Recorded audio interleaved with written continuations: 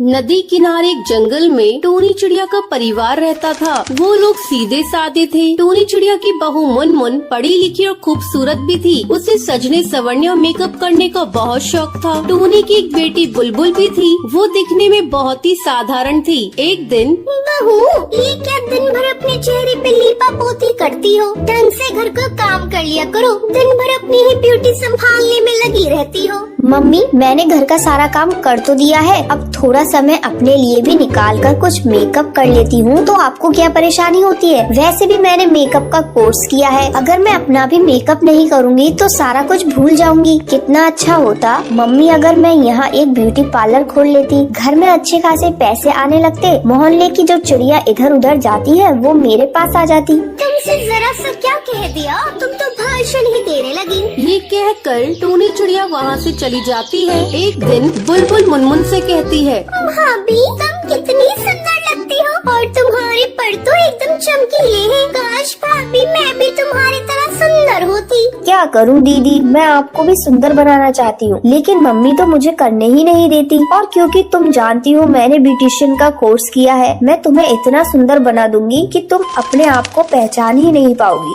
अरे बहू, मेरी बेटी को क्यों बहका रही हो? ज्यादा सजना संवरने में पैसे खर्च होते हैं। खबरदार बहू, तुमने जो मेरी बेटी के चेहरे पे लीपा पोती की तो मैंने आज तक अपनी बेटी के पंखों पर सरसों के तेल के अलावा कुछ नहीं लगाने दिया है। और ये जो तुम शैम्पू वैम्पू लगाती हो, इससे क्या होने वाला है? मेरा घर ही डिटर्जेंट ही जिंदाबाद है। उससे मैं कपड़ों को भी धो लेती हूँ और बालों को भी धो लेती हूँ। खाना बनाने के लिए जो सरसों का तेल आता है उसे परों में भी लगा लेती हूँ। खाना भी बनता है और बाल में भी लग जाता है। अलग से कुछ खर्च नहीं करना पड़ता। लेकिन जब से तुम आई हो, कभी क्रीम चाहिए तो कभी पाउडर चाहिए, कभी शैम्पू खत्म हो गया। तुम ये सब अमीरों वाली आदत मेरी बेटी को मत लगा देना। पक्षी दिन भर मेहनत करता है तब 2 पैसे कमाता है और तुम इन पैसों को क्रीम पाउडर में खत्म कर देती हो। हाय राम, हमारे घर में ये कैसी बहू आ गई? मेरे तो कर्म ही फूट गए। मैंने कितनी बार हीरो बेटा से कहा तो गाँव की किसी लड़की से शादी कर ले,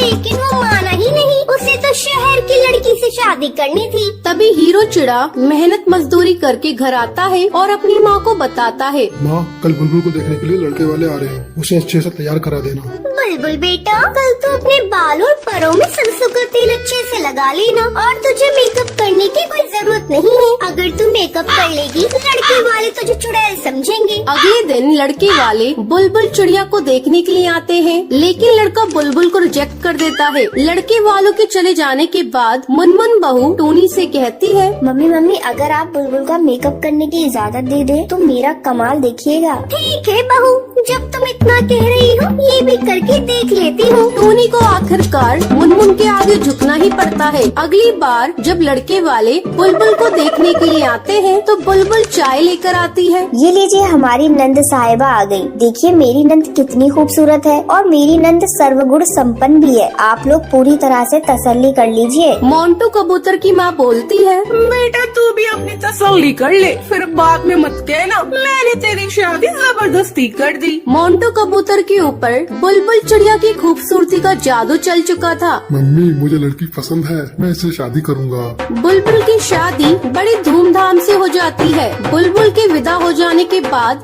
बहू, मैंने हर बार तेरे मेकअप के लिए तुम्हें डांटा। आज उसी मेकअप के चलते मेरी बेटी की शादी इतने अच्छे घर में हो गई। मैं तुम्हारा धन्यवाद करती हूँ बहू।